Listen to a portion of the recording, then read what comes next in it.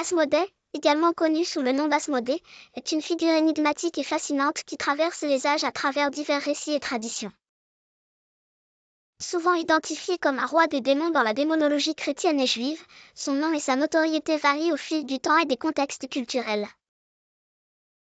Son nom est vraisemblablement issu de l'Avesta, un ancien texte zoroastrien, où Eshmadaiva représente un démon de la colère. Cependant, Asmodée trouve aussi des échos dans la tradition juive, où il est mentionné dans le Talmud et d'autres textes mystiques.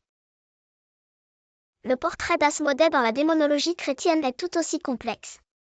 Il est couramment dépeint avec 3 têtes, celle d'un taureau, d'un homme et d'un bélier ainsi que des ailes et une queue de serpent sinueuse. Ces caractéristiques symbolisent sa puissance, sa sagesse et sa tromperie.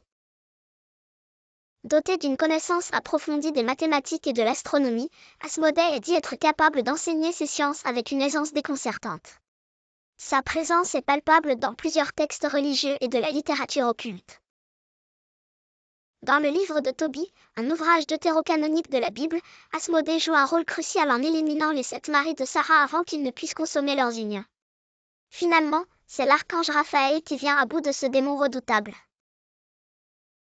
Les grimoires médiévaux, tels que le Mechton ou la clavicule de Salomon, l'inscrivent parmi les plus puissants des démons, souvent invoqués par les sorciers et occultistes pour l'obtention de richesses, de savoir ou de pouvoirs surnaturels.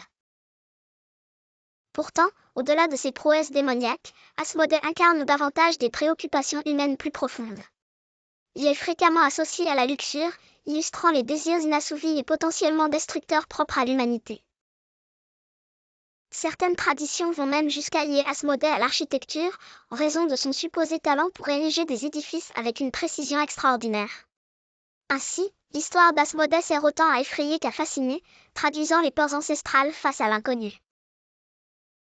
Elle continue de captiver l'imaginaire collectif, renforçant sa place dans la culture populaire et l'étude de l'occultisme comme un symbole des forces invisibles qui entourent et influencent le monde des hommes.